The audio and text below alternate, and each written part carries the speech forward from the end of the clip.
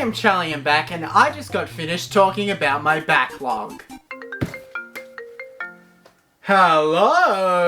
I know your location. Who is this? It's a good time for that great taste at McDonald's. What the hell was that? So, a McDonald's character from the late 80s has my location. Mac Tonight was a character created by McDonald's in order to promote the fact that McDonald's was open for dinner by telling people that you could go to Mac Tonight, hence the name, and was intended to become a large character like the other spooky character looking Max Headroom. Mac Tonight, however, became a cult-like character, playing an incredibly catchy song in every ad and was all around a great guy until the song that he sang was already a song and McDonald's had now been summoned into a lawsuit, letting Mac Tonight die except for a few cameos and a recreation of him in CGI in 2007 in Southeast Asia specifically. Why am I telling you all this? Mac Tonight was so loved that people went out searching for every single possible piece of merchandise about Mac Tonight, leading to an entire community of people that loved this moon. I used to know this guy back in the day, working on several projects with him, hanging out, doing all that kind of fun stuff, but I hadn't talked to him since 2018. Suddenly, out of the blue, he sends me a message asking to check out his game. I've had people send me their game to try out before, so I'm no stranger into checking out these types of games that people decide to send to me randomly. Hey. Hi. How are you? Good. How are you? I am good, thanks. You got 10 minutes? Yeah. Me and my friend made a new project. Can you help us to finish? Sure. Thanks. We need peoples who can play and give review for 9 to 10 minutes. This is my website. I love games! This one could be interesting. It looks as if it's some sort of RPG by the name of Chroma Quest. No, not the app Chroma Quest that's currently available on the Google Play Store. Instead, it's Mac Tonight's indie game. I decided to download it because I thought it would be fun to try out a new game. Thought nothing of it. We had a password protecting the zip file, which is normally a massive red flag. But do you really think I was going to care about that for my buddy Mac Tonight? I went to install the game using the installer inside the zip file, and suddenly... Hello? I know your location. Who is this? It's a good time for that great taste at McDonald's. What the hell was that? I'll say a short thing. Right now, I have access to the passwords to the Discord account, to the email account. I'll send you a picture from your Discord account and your address as proof. I just want to make a little deal. What's the deal? Your address, 54 Fieldham Street, City, Melbourne, Australia. How many times am I gonna ask you, man? What's the deal? If you don't want your information to be sold, $250. If you don't want your account stolen, $250. Both $500. Oh god. Hey guys, can we cut? I can't deal with this right now. Guys, can we cut? I can't deal with this right now. Guys, can we cut? I can't deal with this right now. Guys. How many dollars do you have? Like 10, but I can give you some. Really? Just $10? But, $17.50 actually. AUD. you can borrow money Not at the moment. tomorrow? Not anytime soon. Are you kidding me? No. Either borrow money from family or friends or give me some kind of money, min $200. Okay, why would you do this? That's how I make my money.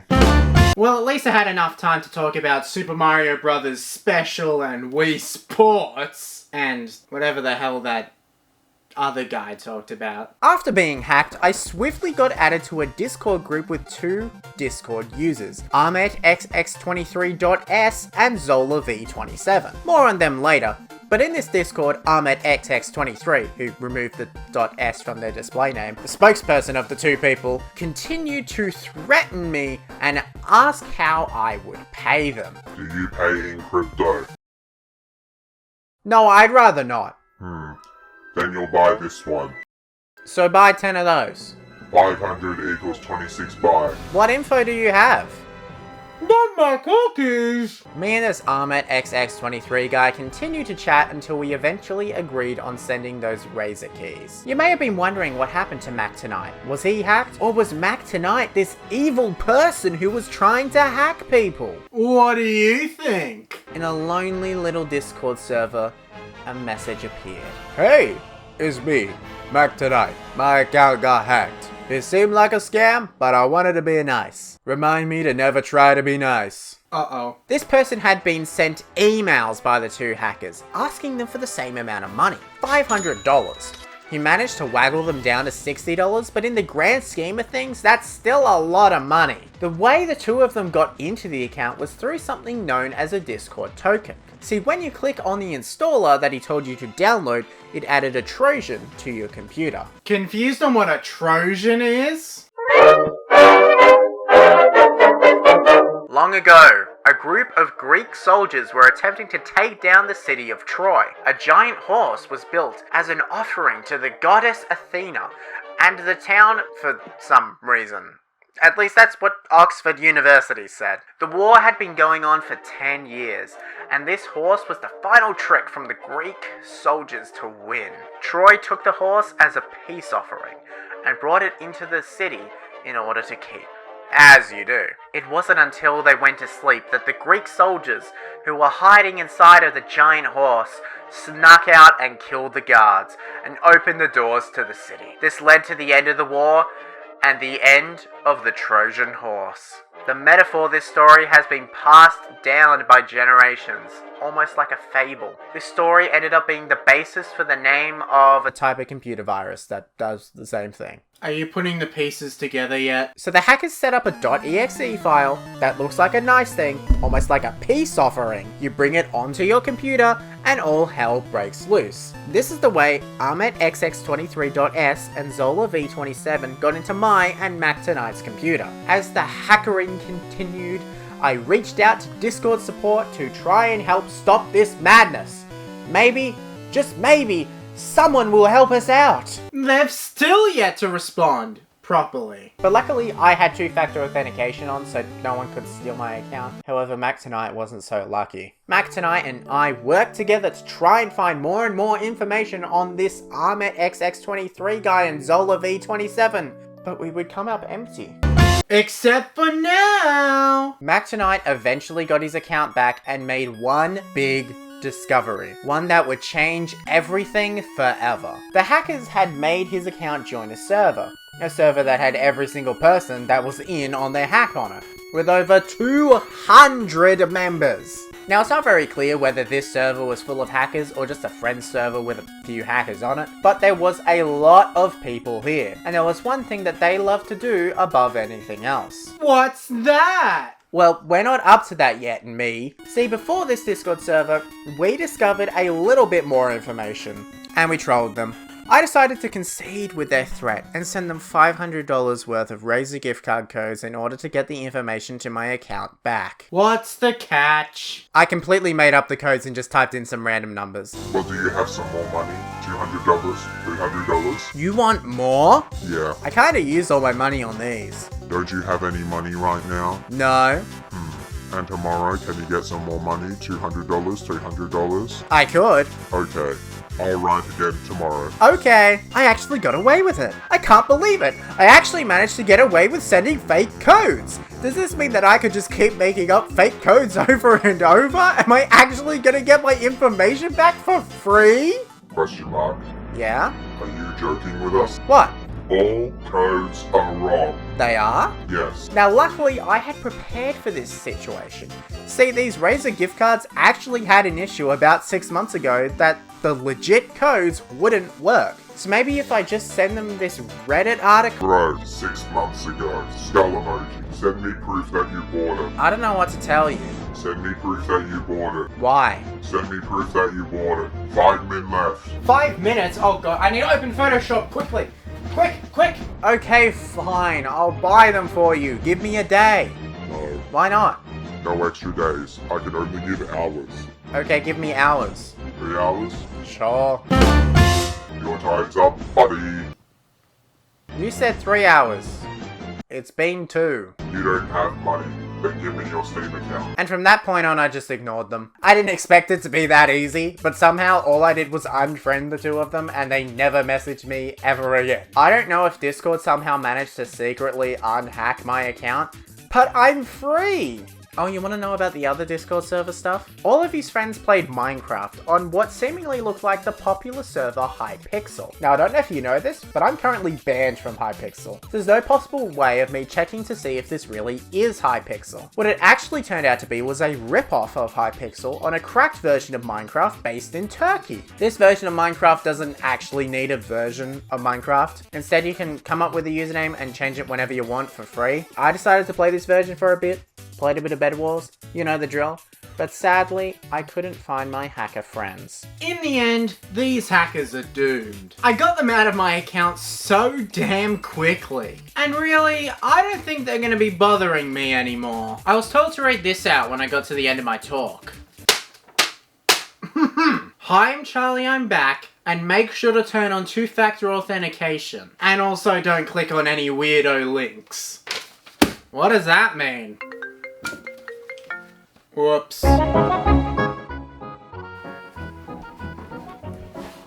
Thank you for watching this episode of His Mario 123. It was quite an eventful one, I must say. I just wanted to give a little warning to my hacker friends, especially AmetXX23 and ZolaV27. Hey guys, you're famous now. Welcome to YouTube. It's like the Bo Burnham song. Just letting you know that Discord and I have a lot of your information. To the point where I'm pretty sure Mac tonight called the police. I don't think you guys want to mess with me again. So stop selling Discord accounts on Crack Turkey and other illegal Turkish websites. And maybe rethink the way you interact with strangers on the internet. Luckily, I'm in a safe environment where you couldn't have hurt me anyway because you're all the way in Istanbul, Turkey, and I'm all the way here. But, you know, whatever. I'd at least stop threatening some of your victims that you were going to murder their entire family. Yes, that's true. That's just not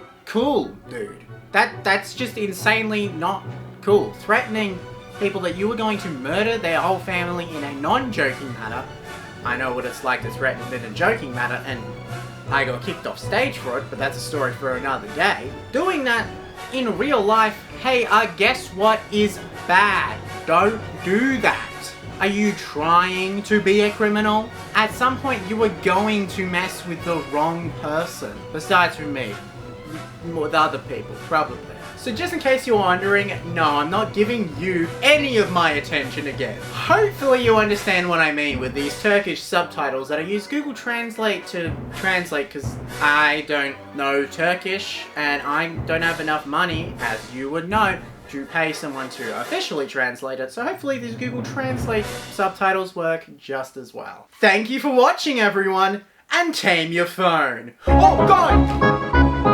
Charlie, I'm back, and I'm annoyed. I recently was looking at my December calendar, and it says today I have to talk about Super Mario Bros. The Lost Levels. I hate Super Mario Bros. The Lost Levels. I always have. Why would Nintendo make this awful thing? Why would Nintendo do this to me? Super Mario Bros. 2, otherwise known as Super Mario Bros. The Lost Levels, is the only Japanese exclusive mainline Mario game because Americans found it too hard. Super Mario Bros. 2 was developed as a harder version of the original game, inspired by the arcade game vs. Super Mario Bros., an arcade exclusive version of Super Mario Bros. That was developed to be a bit harder due to the nature of it being an arcade game. Normally, arcade games are made hard to entice the player to keep putting quarters in, so the arcade company can rake in their cash.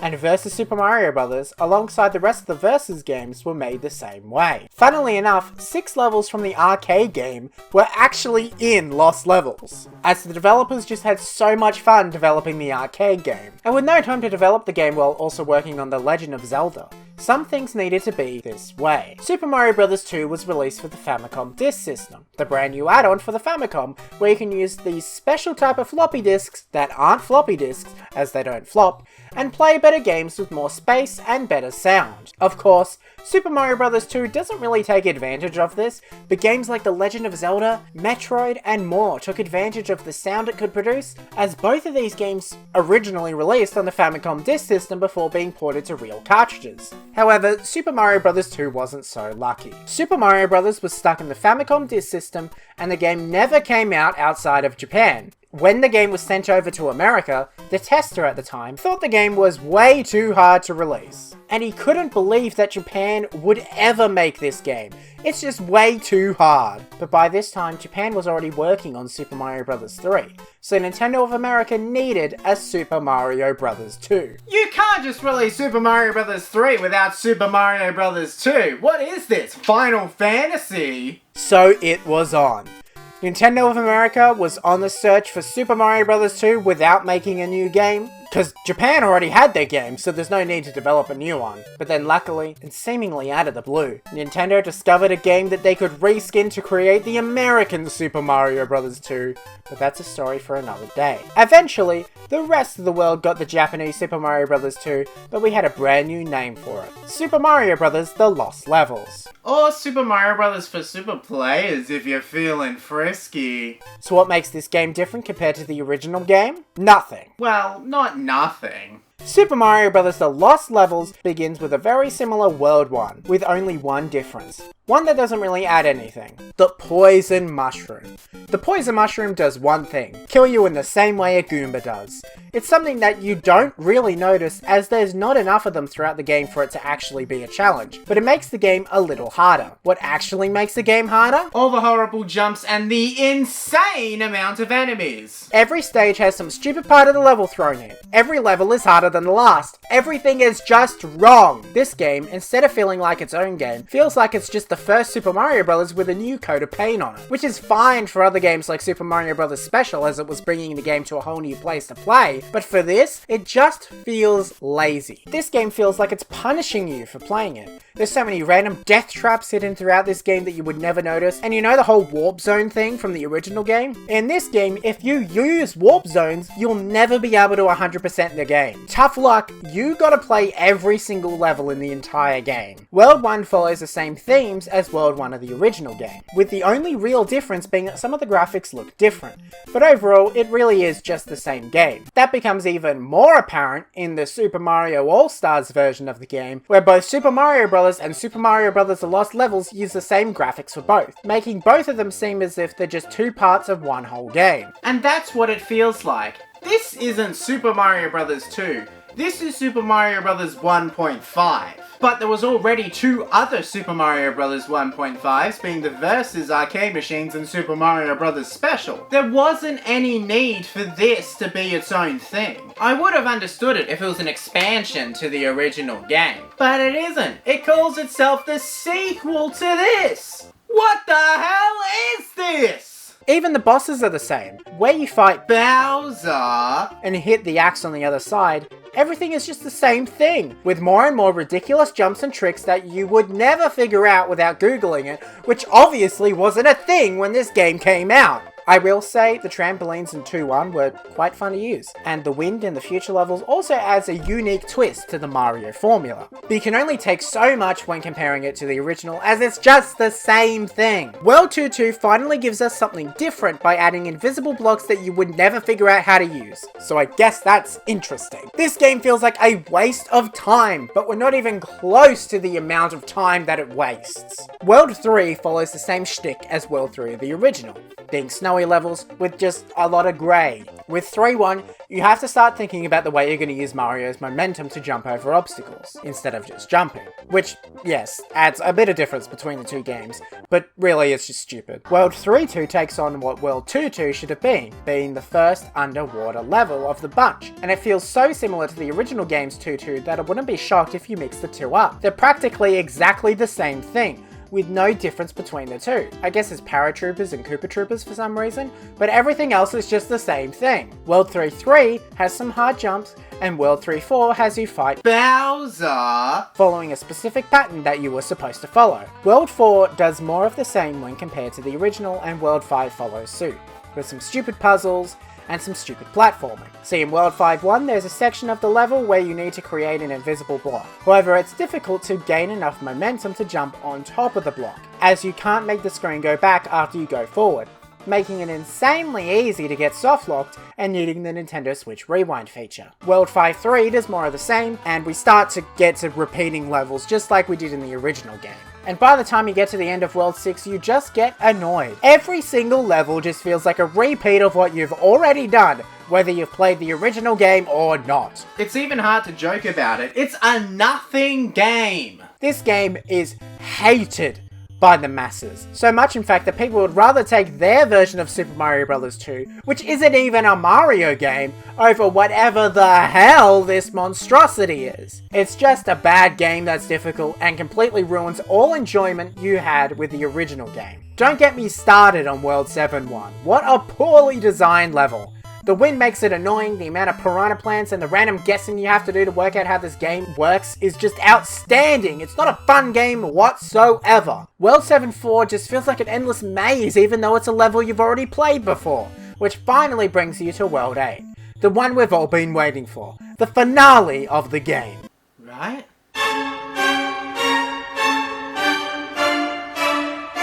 World 8 is the worst collection of Mario levels I have ever witnessed. The amount of utterly ridiculous platforming, timing, RNG, and more just makes this world one of the worst things I have ever played. How are you meant to figure out you need to jump on this paratrooper to jump over this huge gap? The Hammer Bros, my god, you thought you hated them before?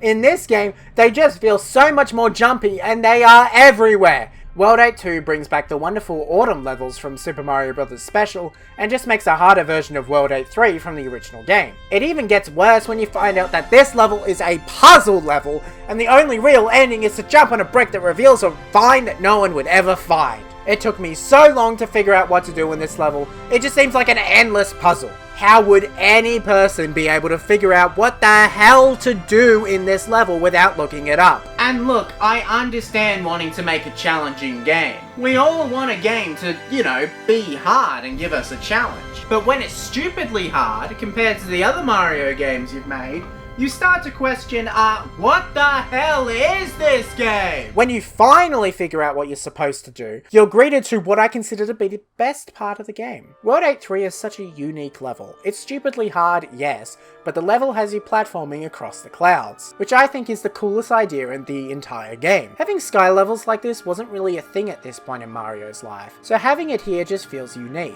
It feels different. Why couldn't more levels be like this? Of course, I hate this level due to how impossible it is, but I like Nintendo's creativity here. Well done. World 8 4 is where things go from hard to annoying. World 8 4 is an endless puzzle that goes on forever that you have to make sure you aren't wasting time. There's several pipes to go into, and if you stuff up once, you get sent all the way back to the beginning of the level. What's worse is that sometimes the puzzle parts of this level don't work correctly, so you're stuck wondering what you did wrong. I never want to have to play this game again. It's the most unfun level in the entire game. It took me so many tries to figure out what to do, and I just never want to experience this hell ever again. It's the worst pain in the butt I've ever felt. And it currently hurts to sit! So this level must be awful. This level gives you no time to complete it, with me having under 20 seconds to beat the entire final room of the stage. You also have to deal with two Bowsers. No, one of them isn't one of those Bowsers, is instead Bowser's brother. Don't ask. But when you finally beat the real Bowser, you're brought to a door, which leads to Peach, where they stuff up how the sprites look because the black in the sprites is actually the background and not the sprites itself. So when they change the background to blue, it actually stuffs everything up. You'd think that's the end of the game.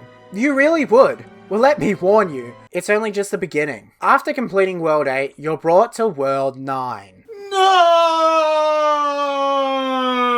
But don't worry, it's not actually that hard. Each level is just some sort of little bonus thing that mostly has you swimming in the overworld. Bowser's brother returns, and the final stage is just some Japanese characters. Quite a sweet little ending that you only unlock if you don't use any warp zones. So that's Super Mario Bros. The Lost Levels. It's an annoying game with even more annoying levels, but only having 9 worlds of 4 levels, that isn't so bad. Oh god. There's 4 more worlds?! That's right.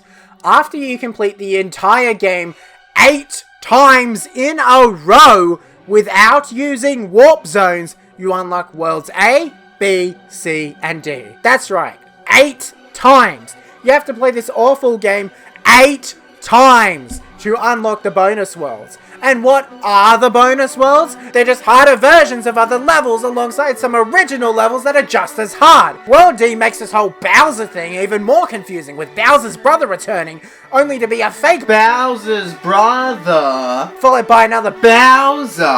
at the end of the level. But that's different again when you play the Super Mario All-Stars version, where the two of them were replaced by the original versions of the two. Why is it different? I don't know. Nintendo just wanted to be funny. How could you do this, Nintendo? What the hell are you thinking? What the hell is this game? Super Mario Bros. 2, otherwise known as Super Mario Bros. The Lost Levels, is the worst Mario game I have ever played. It's really hard for no reason, it's almost impossible to complete, and it's just one of the worst things ever made. But at least it's an actual Mario game. Unlike this sucker! Hi, I'm Charlie, I'm back, and I own way too many video games. I've always wanted a special place to store all these games. Somewhere to feel it's my special place for gaming. And now I have it. A game room is a popular phenomenon where you can store all of your games on a shelf and look at them and never play them. That's what a game room is. The concept of a game room comes from the idea of a man cave. Yeah, I'm not a fan of those. Having weird beer signs everywhere, having a pool table you never use, it's always something I saw my friends have. Some were basements, some were in a garage. Granted, the ones in garages were always covered in AFL posters and sports related stuff, and I don't know if you've seen me, but I don't really like that type of stuff that much, so the idea of having one of those always disgusted me. But a game room? One that's just a normal room that allows anyone in with a sign at the front telling people that there is gaming in process? Now that's what I want. I used to watch YouTube videos that would tour through game rooms, and just collections as a whole. I used to watch this guy called Sonic Toast, who went through his Mario Toys collection. No, I never asked why collection was in the title twice, and I always wanted to have a collection like that, and be greeted as a citizen every time I watch a video. Collecting has been in my blood forever, whether it be Mario toys, Toy Story toys, video games, pop figures, movies, TV shows, and more, and slowly over my years of existing, I've started to get every single thing I've ever wanted. Whether that be every movie and show in the MCU, buying the 2010's Mario series of toys, buying a Luigi toy made by Marvel, yes that Marvel, buying a big Luigi, and more. But I always had nowhere to display any of these things. They were just scattered around the house. And it didn't help that for the DS and the Wii, I always had pirated copies of the games instead of owning some of the biggest games ever. If you're wondering, I owned Wii Sports, Big Beach Sports, Big Family Games, Wii Fit Plus, Super Mario All-Stars, and Shaun White Snowboarding for some reason. But for all the other consoles, I owned the games. I traded in some games once and got Blinky in return, but I just wanted my own room for gaming. I started with this when I moved a lot of my consoles next to my computer desk in a room on a massive shelf that looked like it was 2 seconds away from falling over, alongside my games on my shelf. I started to buy my own games at this point too, buying the Wii games I love to play, buying GameCube games for the first time so I can finally legally play them. See? I own Resident Evil 0. I love Resident Evil. But eventually I decided that maybe storing my consoles on a collapsing shelf was maybe not the best idea, so I shoved my TV into a little cupboard alongside the consoles. This idea worked for quite a while, but plugging in these consoles was always the hardest thing I've ever done. The amount of sweat that was pouring off of me was insane when doing the move, so I decided to just leave it. I never really played some of the consoles I had due to some of them not working correctly. I never played my PS3 because the controller never charged. And it still doesn't! And I didn't have the games I always wanted to play. But then I got more money, so I bought more games. So many games. I kept running out of room on the shelf for putting the games on, but I made room. I bought more and more consoles until I finally moved my consoles to another side of the room, put a couch there, and went to Japan and bought 3 Wii U's. I'm insane. I know. Look, having all of these games available for me to play has always been my dream, and hell, I'm still missing about 90% of the GameCube games that I want, but being able to store everything all in one room is one of the greatest things I've ever done. But I feel like I'm getting to the point where I have everything I want, and everything I don't have yet, I have other ways of playing those games, legally or not. I always have things in my mind that I want, like a Chinese Nintendo Switch, I know I'm weird, but I don't really want any other consoles. I have everything I want. This is my dream. And I finally have it. Yeah, I want more. So much more. After playing through a lot of the games in my backlog, such as Persona 5 Strikers, I realized that I probably like Persona and now need all the games. Playing Metroid Prime? Maybe I should get Metroid for the Famicom Disk System. Yeah, this isn't Metroid.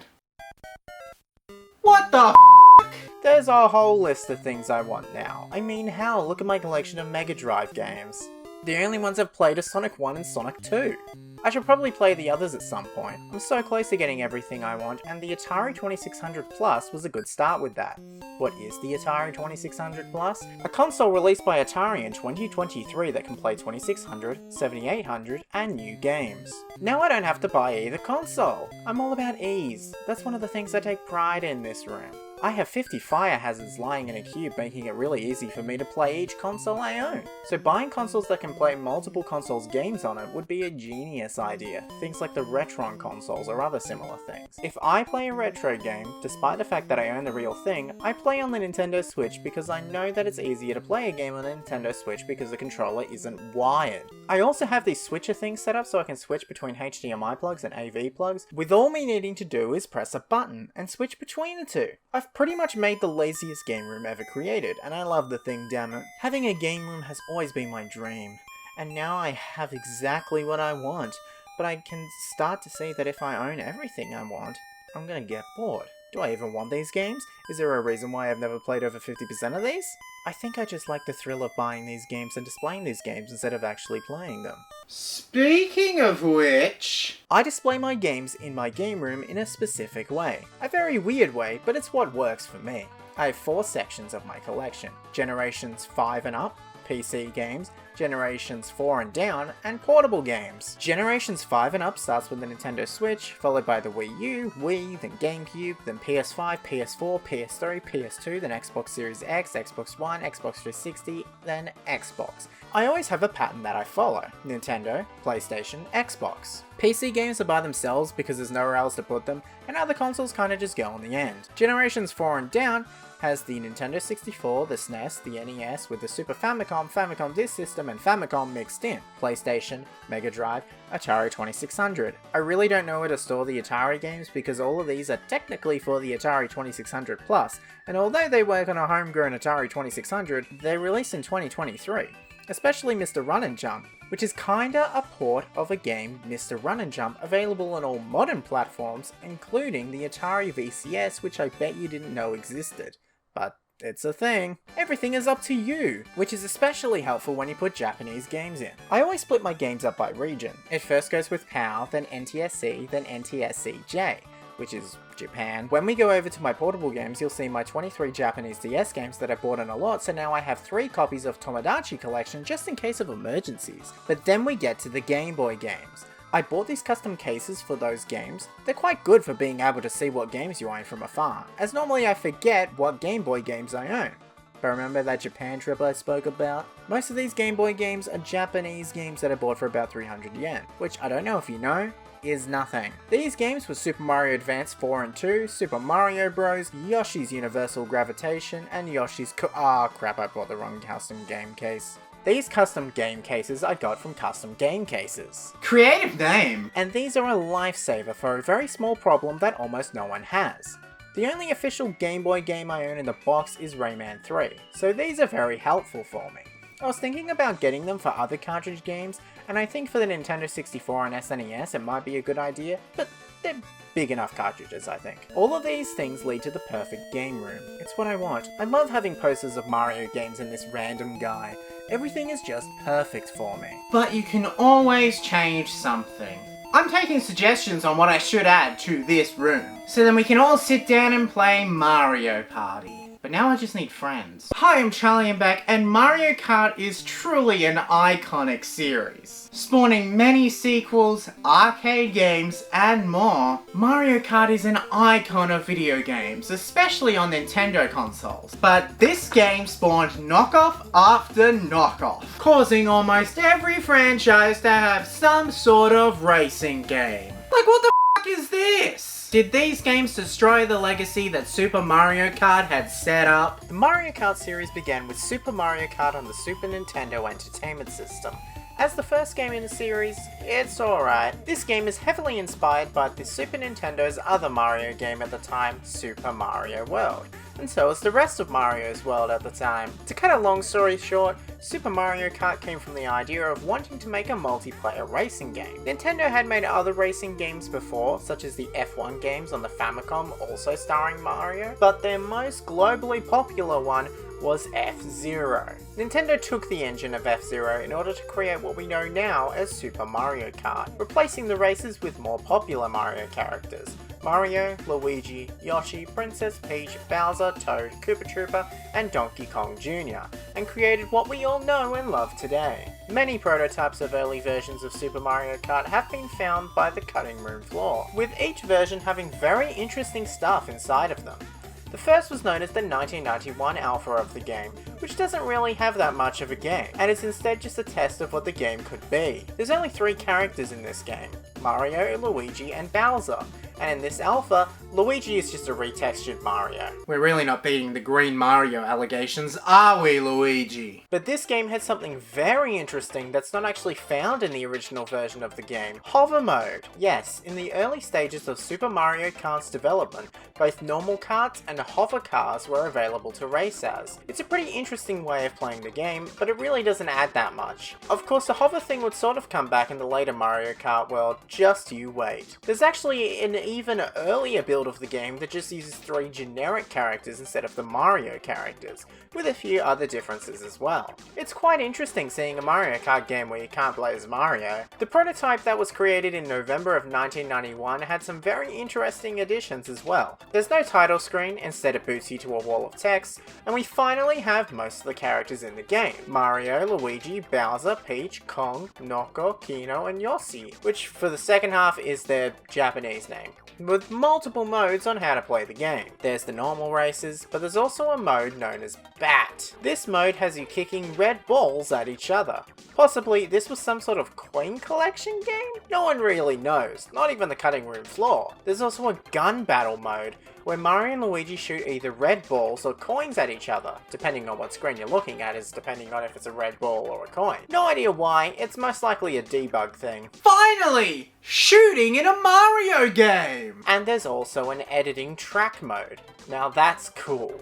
It's kinda like Mario Maker if it was for Mario Kart. Of course, it's very basic, but it's still very interesting to see what it would have looked like for Mario Kart in the 90s. Should have kept it in if you ask me. Finally, the 1992 prototype has some other interesting stuff. Finally! Something interesting! This was found in a huge Nintendo Giga Leak that happened in 2020, that leaked so much stuff about the development of Nintendo games in the SNES and Nintendo 64 era. It's quite interesting looking through what was found, but I think those Nintendo lawyers may get a bit annoyed if you publicly talk about it, so I'll be brief. I won't talk about it, I swear! There's finally a title screen added to the game, oh thank god. There's races added to the game, oh thank god. The game's sound code is based off SimCity for some ungodly reason, and there's even more battle modes, and debug mode makes a return, oh thank god. These battle modes include Gate Race and Whack-A-Mole. The cutting room floor doesn't know much about either of these, so there isn't really that much to tell you.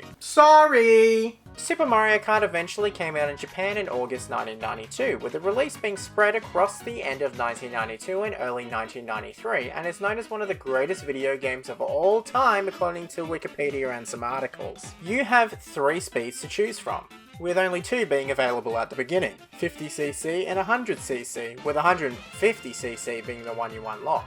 And there's 4 cups: the Mushroom Cup, the Flower Cup, the Star Cup, and the Special Cup. The Special Cup is only unlocked after getting the cup for the first 3 in 100cc, just to make things difficult. This game takes inspiration from other racing games by including a rank out mechanic, with you not being able to get under 4th place, otherwise you'll be ranked out and lose a life. A life? Yes, taking inspiration from the Mario platforming games, this game includes lives, where you can start with 3 lives, with you being able to get extra lives by placing the same number 3 times in a row, because why not? They forgot to add 1-up mushrooms, I guess. Depending on what rank you get is how many points you get, and there's 5 tracks for you to prove that you're the best. 5? Yes. For this game and this game only, each cup has 5 tracks instead of the usual 4 that appear in every other game. Each course is based on a location from Super Mario World, like Donut Plains, Bowser's Castle, but there's one iconic track that is unique to Super Mario Kart, and we're going to become a staple for every Mario Kart game following this one. Mario Circuit 4? Rainbow Road. Super Mario Kart introduces Rainbow Road, being the hardest track in the entire game, and it became the most iconic track of all time. This track just feels magical. in other games. This Rainbow Road is pretty boring. Maybe that's just because of how good we have it now, but this Rainbow Road is one of the most boring tracks in all of Mario Kart. But overall, Super Mario Kart cemented the legacy of what Mario Kart would be, with its follow-up being the most influential game in the whole series. Mario Kart 64 was the second game in the series, released on the much more powerful Nintendo 64 in 1996 or 1997. Or 2003 if you're playing it on the iQue player. Kinky! This brings the game fully into 3D. Yes, the last game was kinda in 3D, but that was in 3D the same way that Doom was in 3D. So this truly was the first one. This game brings everything that Super Mario Kart didn't have, and more, but it keeps some of the stranger things, like the rank count system and the NPCs cheating. But everything else is just iconic. Once again, this game has 4 cups, with the Mushroom Cup, Flower Cup, Star Cup, and Special Cup, with many returning characters like Mario, Luigi, Peach, Toad, Yoshi, Bowser, and 2 newcomers, Wario and Donkey Kong. That makes this one the best one. Kamek, known at the time for being the villain of Super Mario World 2 Yoshi's Island, was supposed to appear in the game, but was later replaced with Donkey Kong because who's iconic, the guy in the blue robe or Monkey Man? Monkey Man! Duh! So what made Mario Kart 64 so good and Super Mario Kart so meh? Mario Kart 64 used unique tracks for every single track in the game instead of having multiple repeating tracks. We got Luigi Raceway, Moo Moo Farm, Koopa Troopa Beach, Calamari Desert, Toad's Turnpike, Frappe Snowland, Choco Mountain, Mario Raceway, Wario Stadium, Sherbet Land, Royal Raceway, Bowser's Castle, DK's Jungle Parkway, Yoshi Valley, Banshee Boardwalk, and Rainbow Road. Each track was its own unique idea. Some ideas taken from other games like Super Mario 64 and Donkey Kong Country, but everything was its own thing, except for the final level. The Rainbow Road of Mario Kart 64 is one of the best ones out there. Pretty much all of the Rainbow Roads that follow Super Mario Kart are some of the best. However, this Rainbow Road kinda just goes on forever. It's fun, yeah, but it's not really fun after the first lap. This of course gets changed when this Rainbow Road comes back, but in this game it just takes forever. Mario Kart 64 also released during the boom of mascot kart races and other racing games. We had games such as Sonic Drift 1 and 2, Sonic R, Diddy Kong Racing, Atari Kart, and more. No one played Atari Kart. Each kart racer had their own unique twist on what Mario Kart had established with Super Mario Kart, and the Nintendo 64 just had so many of them. Diddy Kong Racing was the huge one alongside the sequel to F-Zero, F-Zero X. Diddy Kong Racing was developed by Rare, including characters from future Rare games such as Banjo and Conker. However, this game was never supposed to be a Diddy Kong game. It only added Diddy Kong because Banjo was delayed.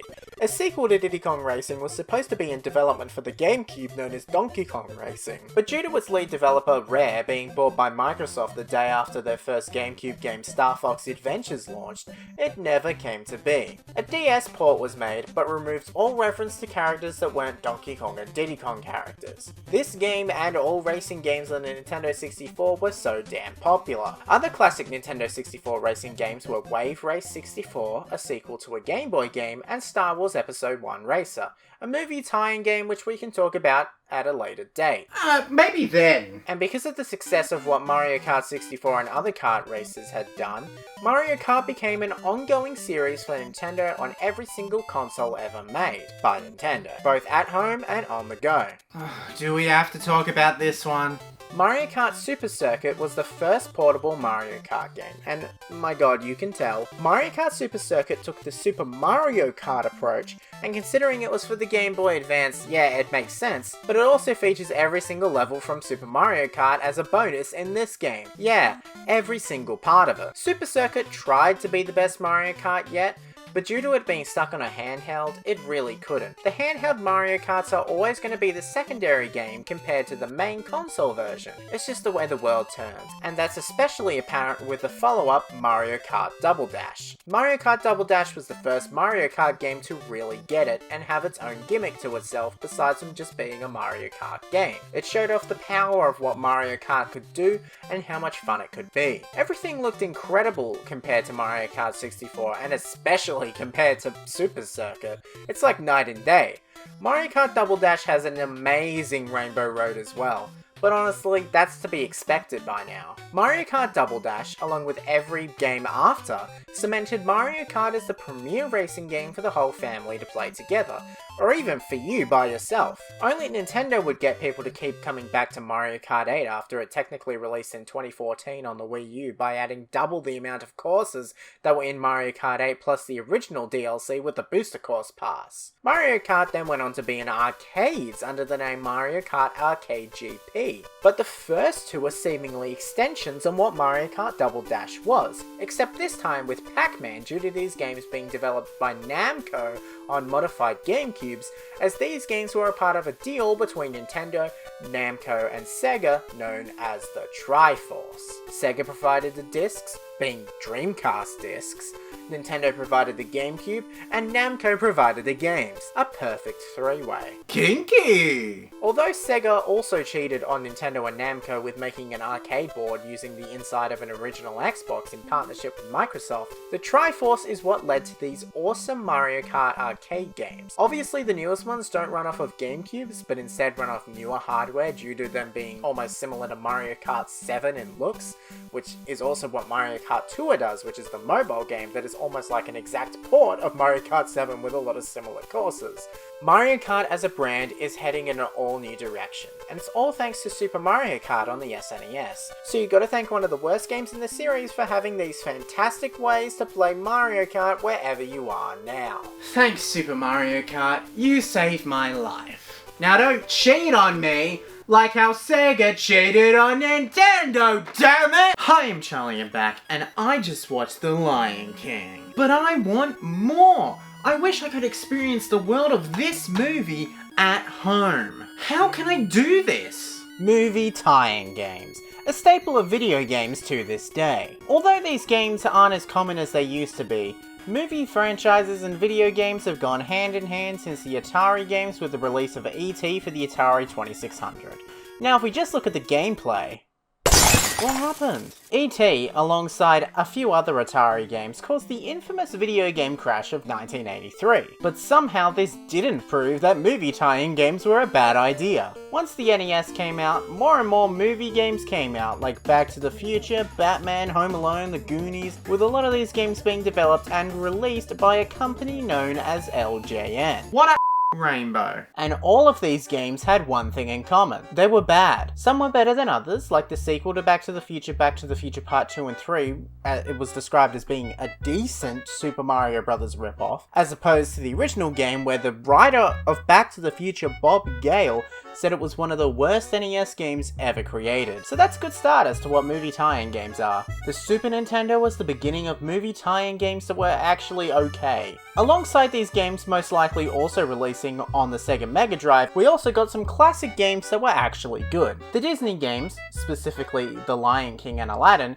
which both released on the SNES and Mega Drive, are considered to be some of the best movie tie-in games that existed at this point in time. Both games are 2D platformers that would go on to re-release in 2019 as a part of a game known as Disney Classic Games Aladdin and The Lion King. We've still got the usual trash released throughout this lifespan of these consoles, and even into the Nintendo 64 era we got some pretty awful tie-in games, but we also got some incredible ones too. Star Wars Episode 1 Racer is widely considered to be an incredible video game. It's one of the Nintendo 64's many racing games alongside Mario Kart 64 and Diddy Kong Racing, but this game was something different. Star Wars was beginning its new series of movies, the prequel trilogy, and with these movies, the Star Wars brand became bigger and bigger, to the point where the Nintendo 64 had a Stormtrooper as one of the 4 main Nintendo characters, alongside Mario, Bowser, and Fulgore from Killer Instinct. An interesting foursome. Kinky. So Star Wars was a huge part of Nintendo's identity at the time. Star Wars Episode 1 Racer at the time came to the Nintendo 64, Dreamcast, Mac, Game Boy Color, and PC. I can't imagine that the Game Boy Color version is any good, but the Nintendo 64 version was the version that everybody loved. The high-speed pod racing throughout the Star Wars universe, exploring many planets that were introduced in Star Wars Episode 1. This game was loved by people from casual players of the Nintendo 64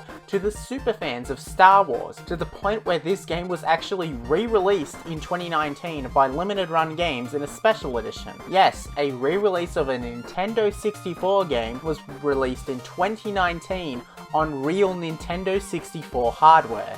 Insane. It then got another re-release on Nintendo Switch, PS4 and Xbox One a year later. This game proved that movie tie-in games could actually be good. Maybe, just maybe, we can finally get some quality games that take the IP of movies and create something beautiful. You really think these games became good? The GameCube, PS2 and Xbox era was the boom of kids' movie games. Pretty much every single Pixar release got a game. Cars, Ratatouille, Finding Nemo. No! And all of these games were published by THQ. THQ was the place to go for releasing licensed kids games, mainly working on a lot of SpongeBob games, but they also released a lot of Pixar games, as I said. They worked with Disney, Nickelodeon, DreamWorks, and more, having a holdover on the kids movie game market just all the time. But they didn't start in this era. Their roots begin all the way in 1991 with the release of Fox's Peter Pan and the Pirates: The Revenge of Captain Hook, but the first interesting one was the NES release of Home Alone. THQ was merely a publishing company most of the time, with Home Alone being no exception. This Home Alone game was actually developed by Bethesda. I'm not kidding. Yeah, the developers of Fallout, Skyrim, Starfield, and more developed the 1991 classic Home Alone. They only made the NES version though. You know, the one no one liked. But THQ quickly started publishing more and more games. Wayne's World, The Mask, Disney's Mulan, A Bug's Life, Conker's Bad Fur Day. Not gonna question that one. But they eventually got to publishing all of these classic movie games. It's kind of insane looking at the companies that developed half of these games. The Monsters Inc. Game Boy Color game was developed by Vicarious Visions, the guys who went on to make Tony Hawk's Pro Skater 2. And then being bought by Blizzard and becoming Blizzard Albany and creating Diablo 4 alongside Blizzard Team 3. They were also the same company that made the portable versions of the Skylanders games and then made Call of Duty Infinite Warfare. Finding Nemo was made by Traveller's Tales, which was the company that went on to create the LEGO games, which are the prime-time movie tie-in games. Each major franchise got its own LEGO game, Marvel, DC, Star Wars, but there were a few ones that directly tied into a movie that released at the same time. LEGO the Lego Movie video game released for the Wii U and other more important platforms around the release of the movie, and takes the story of the movie and turns it into Lego form, I guess? And when I say it takes the story of the movie, the cutscenes are just scenes from the movie. It would be a lot easier to actually just watch the movie. But you can do whatever you want. With this LEGO game, I decided to start the fun game called the Chris Pratt Speedrun.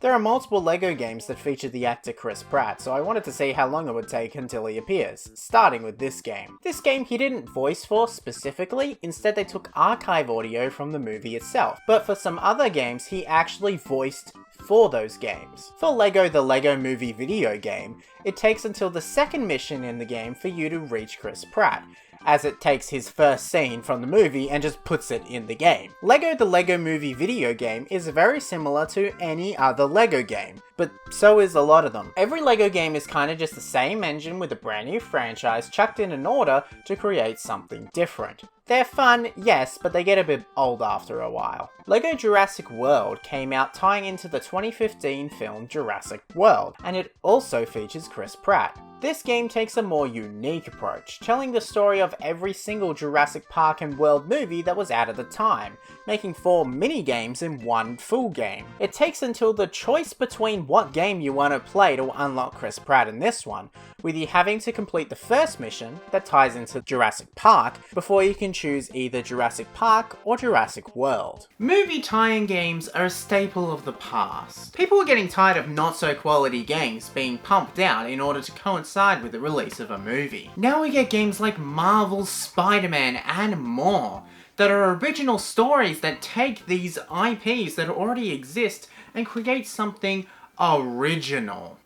What are you looking at? Hi, I'm Charlie, I'm back, and my calendar just says the number 2. I don't know what that means. Unless that means I have to talk about... Oh god. Super Mario Bros. 2. No, not Super Mario Bros. The Lost Levels, which is the sequel to Super Mario Bros. In Japan, known as Super Mario Bros. 2 that wasn't released outside of Japan because it was too hard. The Super Mario Bros. 2 that the rest of the world forgot, video games always came first in Japan, with the rest of the world waiting years to get new games, which was the case when by 1986, the US only had the first Super Mario Bros., while Japan had both Super Mario Bros. And Super Mario Bros. 2. The US had been waiting for the next game in the franchise for a while now, and it didn't help that the original Super Mario Bros. 2 was released on the Famicom Disk System, while the US only had the original NES, which had no way to play the Famicom Disk System games.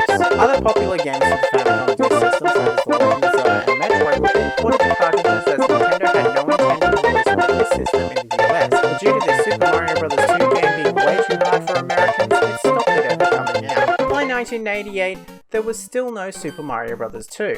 Nintendo of Japan were working on Super Mario Bros. 3 with a planned tie-in to a Hollywood movie called The Wizard. However, Super Mario Bros. 2 still hadn't come out in the US. Instead, they were looking through the archives of Nintendo to see if they could possibly take a game that already exists, replace the characters with Mario characters, and have Super Mario Bros. 2.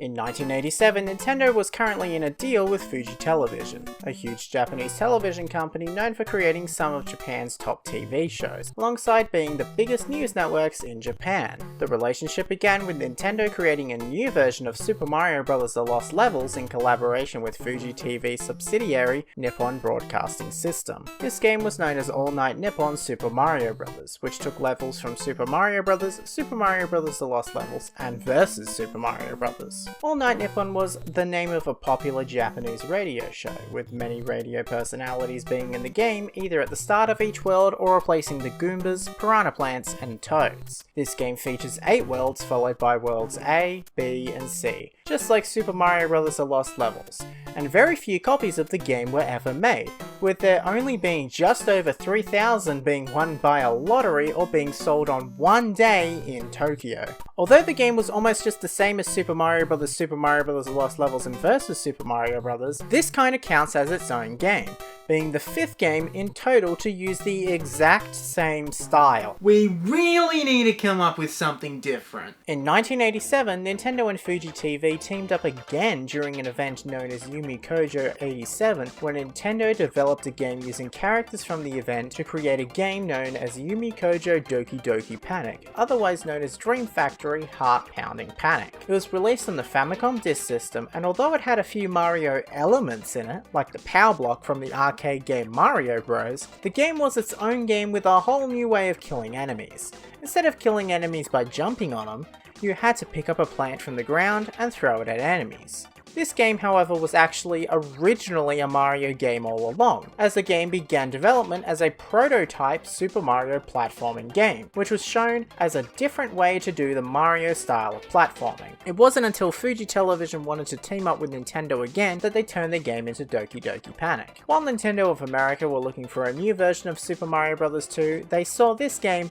and took it as the new Super Mario Bros. 2. Nintendo reverted all the changes that they had made to the game and made it into what we know now. Eventually, Super Mario Bros. 2 got a release in Japan known as Super Mario USA, which is exactly the same game, just with USA at the end of the title and released after Super Mario World for some reason. So I guess Super Mario Bros. 2 is a Mario game, but it was never meant to be the second Super Mario Bros. Game. Instead, it was a prototype that became its own game. But that doesn't matter. It's officially the second game. So how is the game? I hate it. World 1 is pretty simple. It starts off with you falling from the sky, no idea where you come from, falling onto some hills. This is where you get introduced to this game's first original enemy, the Shy Guy. Yes, Shy Guys actually originated in this game, which means they originated in Doki Doki Panic, not a Mario game. Shy Guy is just a foster child. And it's also the introduction to pretty much every single mechanic in the entire game. Picking up plants, throwing them at enemies, picking up another plant, opening a door, finding a mushroom while a new version of the original Super Mario Bros. Theme plays. Exciting. In this game you get to pick between 4 characters: Mario, Luigi, Toad, and Princess Toadstool, otherwise known as Princess Peach. These 4 characters became the classic 4 characters to play as, making their large return as a group in Super Mario 3D World. Mario is your straight man, can't do much, he's your classic Mario platforming. Now Luigi is interesting. As introduced in Super Mario Bros. The Lost Levels, Luigi is slippery and can jump higher than any other character. Although this was introduced in the Lost Levels, this game was the first game to introduce the fact that Luigi was taller than Mario ever so slightly. Finally! Princess Peach can do a little float jump in the air. Wherever you jump as her, you can hold your jump in the air for a bit. This was the first introduction of this movement of Princess Peach and became a part of her character in almost every single Mario game following it. Toad can run fast. That's his gimmick. He can't jump as high, most likely because of his stubby little feet, and that's about it. Every level ends with a boss battle, with most of them being Birdo. Yes, this is the first introduction of the classic character that appears in every single Mario spin-off and nothing else. To kill Birdo, you need to pick up Birdo's eggs and throw it at Birdo. Birdo. We love Birdo. However, every world ends with a different boss fight, a much more harder boss fight. This stupid rat just throws bombs at you and it's almost impossible to kill this stupid thing. What a stupid boss fight. It was always incredibly hard to fight. It took me so long to beat this stupid rat. I hate rats, goddammit. World 2 is where we finally get the very first Super Mario desert level. Oh, thank God. There's normal sand, there's quicksand. It's impossible to tell the difference between the two. But you know, why would we need to know the difference? The first level, 2-1, introduces this game's replacement of pipes and piranha plants. Pipes are just these little vase type things with weird snakes coming out of the top that replace the piranha plants. Another thing this game doesn't have is power-ups. There are no power-ups whatsoever.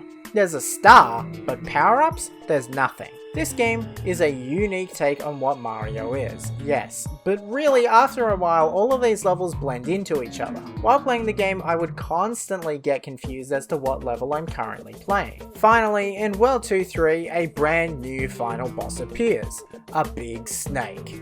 You beat the snake the same way, everything is just the same. I feel like time is repeating over and over again in an endless cycle that just never ends. Every world is the same damn thing. World 3 introduces sky levels, where the first level is almost like a getting over it stage. If you don't get to the top in time, tough luck, you're dead. Once you get to the top, you start to realize that almost every single level is pretty much the exact same type of level, just over and over again. World 3 too is different in the sense that instead of going up, you go down. It just feels very similar to some of the other levels in this game. Nothing feels different. Everything feels the same. In this level, we also get Shy Guys who are riding Ostros. That's what they're called. Once you get to the boss fight, you get the most annoying boss fight ever. Whenever you go to pick up one of those little mushroom things, you fall to the ground. Because of the AI that Birdo uses, it's almost impossible to get back up to the top to actually fight Birdo in the first place. It's a badly designed boss fight in a badly designed game. World 3-3 continues this trend that I haven't even started on yet. Almost half of the levels in this game involve you getting a key from a special room and then either falling down or getting up to a door with a lock on it in order to beat the stage. Every world is the same damn thing. Platforming, underground, key. Platforming, underground, key. It's just the same damn thing every time I play the game. And I'm mad. And at the end of the level, you beat another rat. Fantastic. Unless you played on the Game Boy Advance where you fight Robo Birdo. How fantastic. Why is it different? I don't know. No one knows. World 4 introduces snow. How fun. How unique. We're finally getting something different in a Mario game. Except it's a bit weird. At one point in each level, you enter a rocket ship to then fight a boss. How about 4-2? I wonder what that one's like. You run across some whales. 4-3, an annoying boss fight that's just a big fireball that's almost impossible to defeat. World 5, that's just the same themes as World 1 and 3, but at night time now. Oh, thank God. World 5-3 is another underground level where you fight a giant crab just for the fun of it. World 6 is desert themed again. I think they ran out of themes. World 7 is in the sky. Except this time, there's only 2 levels in World 7. Instead of having a World 7-3, it just ends. World 7-2 is the final fight. You fight against Wart. Doesn't this guy look familiar? Wart, otherwise known as Mamu, first appeared in this game, to then appear in The Legend of Zelda Link's Awakening, alongside a bunch of other Mario characters for some reason. After you finally defeat Wart, you save Subcon or whatever the plot of this game is. Who cares about what the plot of this game is? It really doesn't matter, because then it's revealed that the whole game was just a dream. You've got to be kidding me. Yeah, the entire game was just a dream. So what was the point then? Why? What a cop-out. Funnily enough, Wart being in The Legend of Zelda Link's Awakening actually makes a lot more sense when you find out Link's Awakening is also a dream. No! So is it the same dream universe? I don't know, but Super Mario Bros. 2 is a nice enough game. It has some interesting ideas thrown into the game and makes for a unique game. But I can't believe it's Super Mario Bros. 2. The game is just repetitive, boring, and truly the worst 2D Mario game if we don't count Super Mario Bros. The Lost Levels. So thank you, Nintendo, for finally making me talk about this game so I can play Super Mario Land. Was it all a dream? Well, at least I don't have to play Super Mario Bros. 2 now. Hi, I'm Charlie and back, and I'm feeling 64 today. Mario Kart 64. Mario Kart 64 was the Nintendo 64's attempt at Mario Kart, which at this point in time had only been attempted on the SNES with Super Mario Kart. Lots of racing games were available on the Nintendo 64, but Mario Kart 64 always stood out against the crowd. It was the ultimate party game to play on the Nintendo 64, and it became the basis of what Mario Kart always is to this day. Unlike Super Mario Kart, this game only has 16 tracks. Unlike Super Mario Kart, which has 20 tracks. But If we look at the 20 tracks in Super Mario Kart, being 4 versions of Mario Circuit, 3 versions of Bowser's Castle, 3 versions of Donut Plains, 3 versions of Ghost Valley, having 16 completely original tracks in Mario Kart 64 is kind of a blessing in disguise. Each track is separated into 4 different cups: the Mushroom Cup, Flower Cup, Star Cup, and Special Cup.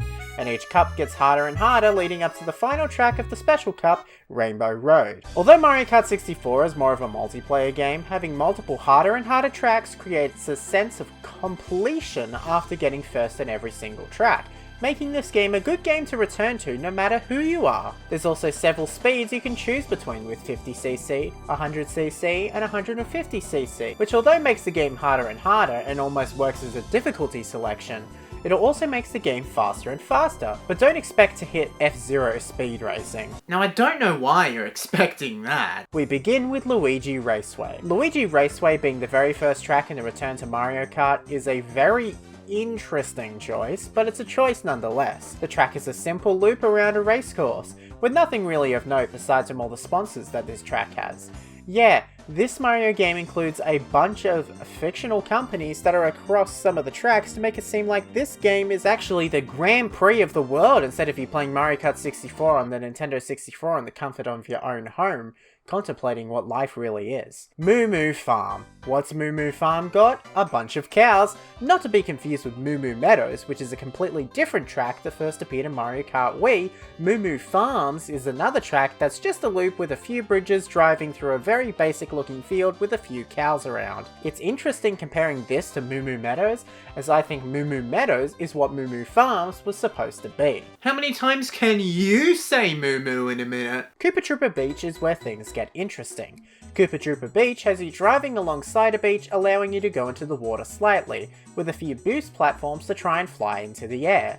It's a bit of a unique track compared to the previous 2 tracks, and shows that maybe, just maybe, the tracks in Mario Kart 64 can be something completely different, something we've never seen in a Mario Kart game before. Kalimari Desert is the next track on that list, and taking its name from Kalahari, a desert in southern Africa, this is a track that introduces something really interesting that we see throughout the rest of the game. There is stage obstacles, specifically in this level.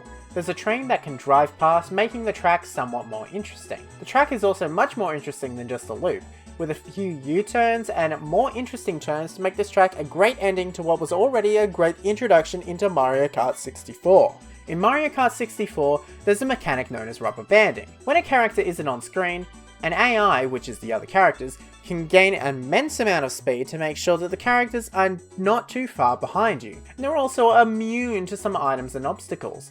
It makes it like the characters cheat. And no one wants Donkey Kong doping. The Flower Cup has a lot more unique tracks compared to the Mushroom Cup, giving us a track on a busy road, in the snow, on a mountain, and on a racetrack. Toad's Turnpike takes you up and down hills on a busy road in the shape of a figure 8. There's trucks, cars, and more, taking the singular level obstacle that was the train in Kalimari Desert and timesing it by 10. Frappe Snowland.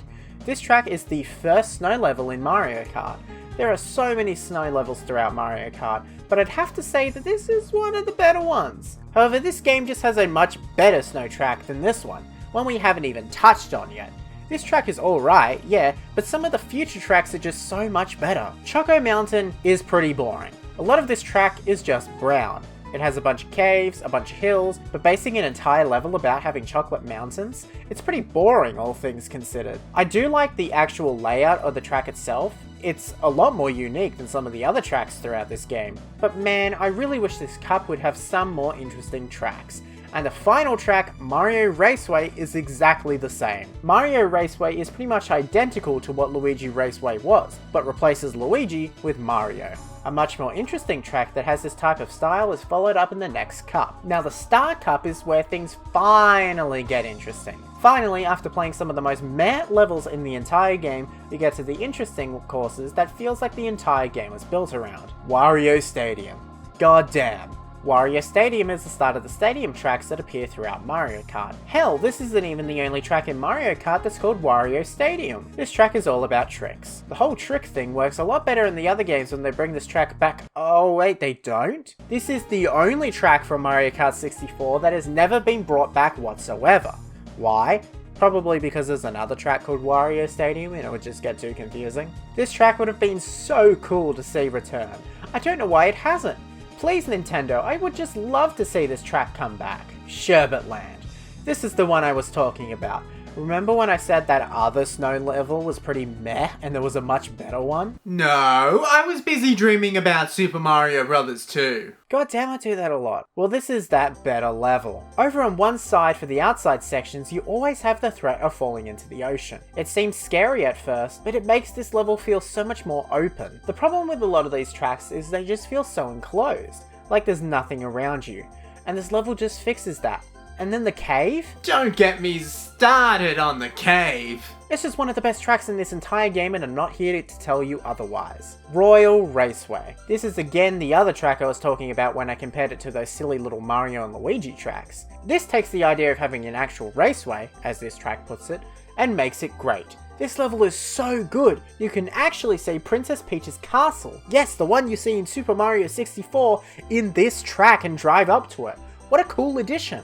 It shows that all of these games are connected, even if they're ever so slightly connected. Royal Raceway did something right, and the next track is even better. Is it? Any Bowser's Castle to me is an instant snooze fest. So this one better be good. Bowser's Castle, not to be confused with Bowser Castle 1, Bowser Castle 2, Bowser Castle 3, Bowser's Castle 1, Bowser's Castle 2, Bowser's Castle 3, Bowser's Castle 4, Bowser's Castle, Bowser's Castle, Bowser's Castle, Bowser's Castle, Bowser's Castle, RMX Bowser's Castle 1, Bowser's Castle, Bowser's Castle, or Bowser's Castle is a level that takes place in Bowser's Castle. Oh really? How could you have figured that one out? It's a staple of Mario Kart. You gotta have Bowser's Castle. This track is one of the more boring Bowser's Castles. It's a simple castle where you go through said castle and that's about it.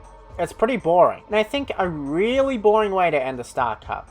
If we wanted it to be more interesting, we would have gone to Bowser's Castle, not Bowser's Castle. DK's Jungle Parkway is an interesting one. This level is based on jungle hijinks from Donkey Kong Country, and I think it works really well. Having a Donkey Kong level in this game was pretty bold, considering there was another Donkey Kong kart racer coming out soon, but I think this was one of the best tracks in the entire game. Yoshi Valley is another interesting one.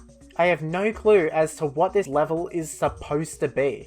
What's it got to do with Yoshi besides from the massive Yoshi egg? I have no idea, but what I do know is it's still a fun level, all things considered. This level has you going around in a random order around random parts of the track, with you having no idea where the hell you are until you make your way back to the finish line to do the next lap.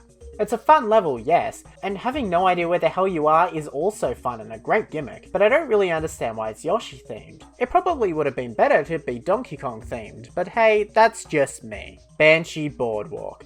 There's really not that much to say. It's a bunch of bridges with a random house in the middle. It's a pretty boring track overall. And if it wasn't for the following track, this cup would be pretty mid, all things considered. And hey, let's talk about the cup itself for a second. Mario Kart 64 was one of the few games to be released in China on something known as the iQue Player. iQue was, and still kinda is, a name that Nintendo uses in China to sell their products, with it all starting with the iQue Player. It was a sort of service structure where it was a Nintendo 64, but in order to get the games you needed to buy them online, and some of the games had things changed in them in order to come out in China, as they had a pretty strict ban against video games. And sometimes Nintendo changed the name of the games because, I don't know, why not? Super Mario 64 was just known as Super Mario, and Mario Kart 64 was just known as Mario Kart, making it the only game in the entire Mario Kart franchise to just be called Mario Kart. Kinda weird. However, in this version of the game, the special cup was known as the iQue Cup. Why? Who knows? Maybe it was to make things more interesting, but that's what they did. This was the same in Mario Kart Super Circuit. Although Mario Kart Super Circuit never came out on the iQue Game Boy Advance, there was a prototype made that also replaced the Special Cup in that game to be the iQue Cup. No other Mario Kart games have come out in China since under the iQue branding, so none of the other cups were changed. Now finally, what we've all been waiting for. Rainbow Road. This game's Rainbow Road is incredible. From the music to the design, everything about this Rainbow Road just feels magical. It makes you feel like you've earned something. Hey, I know you've just played through almost this whole game, so this track is just making you feel like it was all worth it. It may have been hard, you may have not been able to truly experience everything this game had to offer, but now you have a stroll down this magical Rainbow Road. And that's really what it feels like for the first lap. Anyway. This track just goes on forever. 3 laps? Each lap is 2 minutes each? What the hell? I know you want me to experience the magic, but this goes on forever. There's a reason why, technically in Mario Kart 8, this Rainbow Road is just 1 lap. Not 3, that would take literally forever. Mario Kart 64 was the best Mario Kart at the time. Granted, all you have to compare it to is Super Mario Kart, but this one really blows it out of the water. This is a fantastic game with even more fantastic tracks, but what really hinders it is the lack of difference between some of the tracks. And maybe that was impossible at this point in time, putting it on the Nintendo 64 and all, but my god, it's a bit boring after a while. If I ever want to go back to classic Mario Kart, I'll just stick to Mario Kart Double Dash. Hello? I have my snow appointment now. Gotta go! Luigi, what are you doing here? Of course you'd put the phone there. Hello? Is this Charlie? Yeah? You came for your snow appointment? Yeah. Alright, give me a day. Okay. Well, now I just gotta wait for the snow. Luigi, do you know what I can talk about? I've been a bit bored recently. What? No! Hell no! Well, I guess I could talk about snow. Snow levels, a common staple in video games from Mario to Call of Duty Modern Warfare 2. Having a snow level in your game just makes it unique to have differences between levels. Sometimes items in snow levels have different properties to items in the overworld levels. I know you're questioning what I just meant. Ice can make you more slippery, penguins can kill you, and that's very apparent in New Super Mario Bros. U. In New Super Mario Bros. U, the snow levels are a lot more interesting than most of the other levels. Throughout the New Super series, every level almost looks the same. The same graphics, the same everything. But in New Super Mario Bros. U, it has some really cool additions. In some levels, you can jump on some stars that spin around. Look, I know it sounds boring, but the environment around you, the background, and everything about the snow in this game just feels magical. I know New Super Mario Bros. U isn't that fantastic of a game, but it's really something interesting. New Super Mario Bros. U was not the only Mario game with snow levels. Super Mario 64, the very first 3D Mario game, also has a snow level. Pretty much all the 3D Mario games have some sort of snow level, but Super Mario 64's is just iconic. At the beginning of the level, you can go down a big slide. Going down the slide is fun by yourself, but when you get the next star, racing down the slide against a penguin is one of the most fun things you can do. Using the very basic snow level things, creating an interesting level out of it is what Nintendo does well. And this level is no different. The snow just has this magical feeling that no other type of level can accomplish. What? Is a jungle magical or something? So snow is truly the best type of levels in any game, and I can't believe there's never been an entire game that takes place in the snow. Well, I mean, there probably is. But really, there's something in that, making a snow game. I think it would be a lot of fun. Minecraft. What can I say? In Minecraft, the snow biomes are the most magical locations in the entire game. The Ice Spikes biome, the small little igloos, and more. It's just a beautiful thing to walk through as if the whole world is snow. And heck, you can actually make the whole world snow. I will say the snow where you fall to the bottom, it sucks. But other than that, the snow is just quite a magical place in Minecraft. I love just strolling through this biome. I don't want to touch it. Building a little Christmas workshop here just feels right. I don't know how to describe it. I just love it. Arctic Adventure Episodes is a mod for Half-Life 2 that has some of the worst reviews out of anything on Steam. Everything in this stupid game is just broken. From bad save points to a boring story, Arctic Adventure Episodes is truly some free Steam trash. Look, the idea behind this game is that it's Half-Life 2 Episode 3, and I remember back in the day there was this mod for Half-Life 2 Episode 2 known as Half-Life 2 Episode 3 that takes the leaked concept art for the real Half-Life 2 Episode 3, otherwise known as Half-Life 3, and makes it into a mod. If you don't know, Half-Life 2 was meant to have 3 episodes following the original release of the game. Technically 4, but that's a story for another day. Half-Life 2 Episode 1 and Episode 2 released, with Episode 3 being announced to come out the next year. Episode 2 directly set up the plot of what Episode 3 would be, introducing the Borealis and Aperture Science, which was then later explored in Portal that came out on the same day as Episode 2 in the Orange Box. Episode 3 was building up to be the biggest game ever created, but then it was silent. Episode 3 never came out. Over the years, people had been begging Valve to release a new game in the Half-Life universe, with Valve seemingly doing nothing. Several parts of concept art was released throughout the years, but nothing ever came of it. This concept art showed that the Borealis was stuck in the snow, and that's what Arctic Adventure Episodes is. Episode 3. That's why it has episodes at the end of the title. But this mod just sucks so much. I think it's time to move on. You know, I think snow in video games is just magical. And I think that's what it's supposed to be. Snow levels are always just some of the best levels in video games. Comparing it to underground levels, underwater levels and the like, I really like what they do here. I think it's time to go to sleep. Good night, Luigi. Hi, I'm Charlie. I'm back, world. That's what I say when I wake up. Hello? The snow is ready.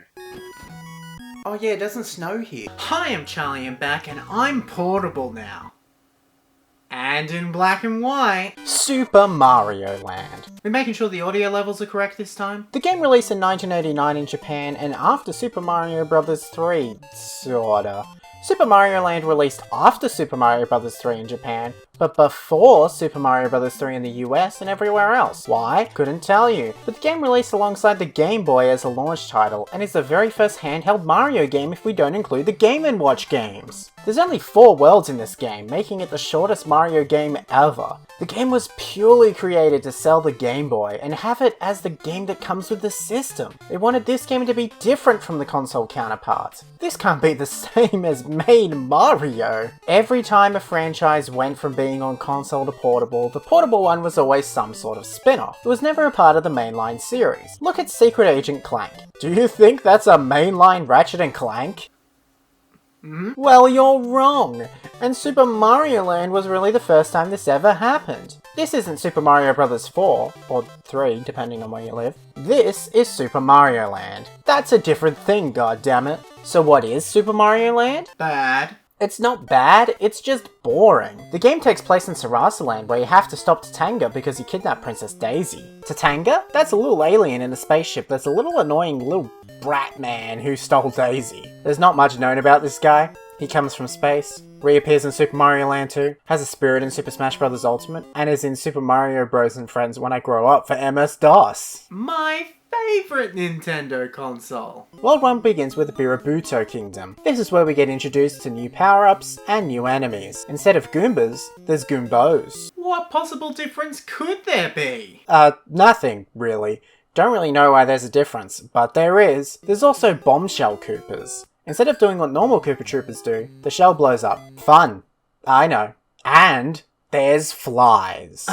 Great, because we all love flies. And then the power-ups. There's the super mushroom, the star which plays the can, and the super ball flower. What's that, you may ask?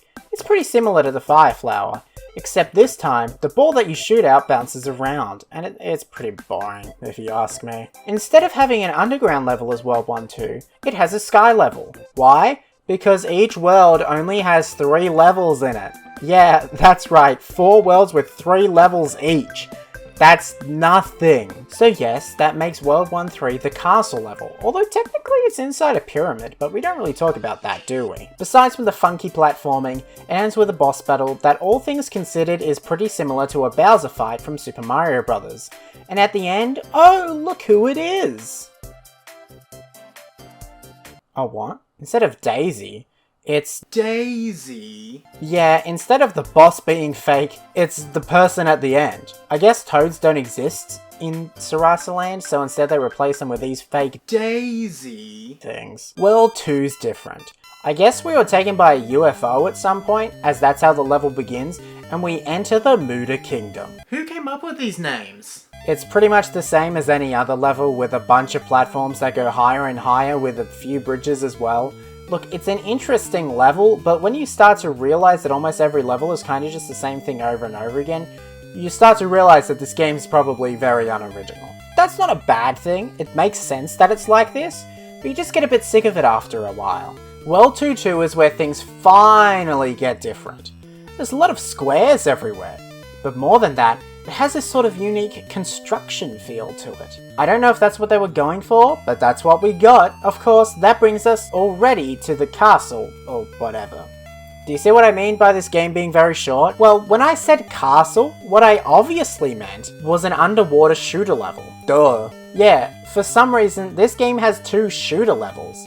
Instead of traditional platforming, you're in a submarine shooting stuff at other things. It's really strange to be honest, and I don't really know if it fits, but it works. And I think that's what Super Mario Land is. These are the games where Nintendo experimented. I've seen a lot of people compare Super Mario Bros. Wonder to Super Mario Land, and you know what? I see it. That's exactly what Wonder feels like. The next game in the Land series. I mean, hell, Super Mario Land 3 was so experimental that they gave Wario the title role. I would honestly say that the shooter levels are some of the hardest levels in the entire game, as they're just so completely different to what you'd be expecting. World 3 takes you to the Eastern Kingdom, otherwise known as Easter Island. See those little statue thingos? They're just straight up Easter Island statues. This level doesn't really add anything for the first half, not until you meet the big rock things and the spikes. In several levels, there's a bunch of spikes on the ground, and the only way to get across them is to jump on a rock thing, which is apparently an enemy known as Ganchan, and travel across those spikes. I find this to be a really weird platforming thing,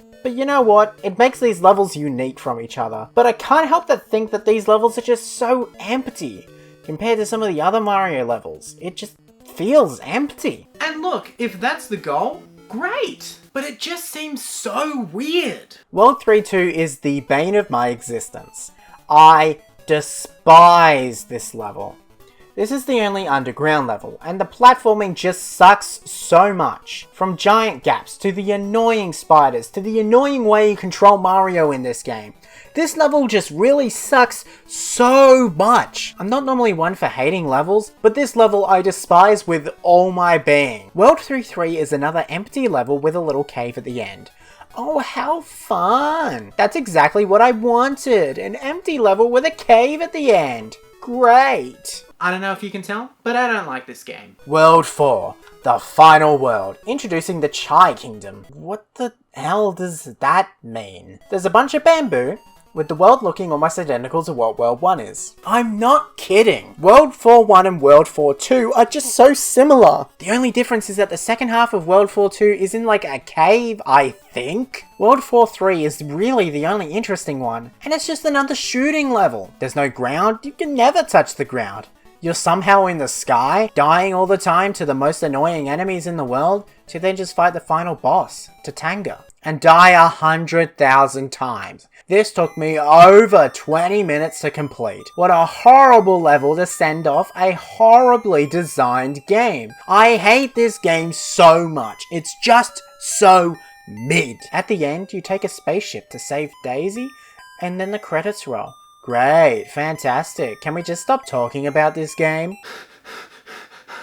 I've spent years trying to beat this game. I first got it on the 3DS Virtual Console in 2011, and only now have I actually completed the game. I can finally say that I hate this game with a burning passion. It sucks. There's nothing good about it. It's impressive that they managed to put a Mario game on the Game Boy, but when you compare it to Super Mario Land 2, what the hell is this game? Why would you do this to me, Nintendo? Why would Nintendo do this to me? Goddamn, Deja Vu was a bitch. Hi, I'm Charlie and back, and I'm looking for some great gaming deals, so I can buy cheap games for people for Christmas. Why?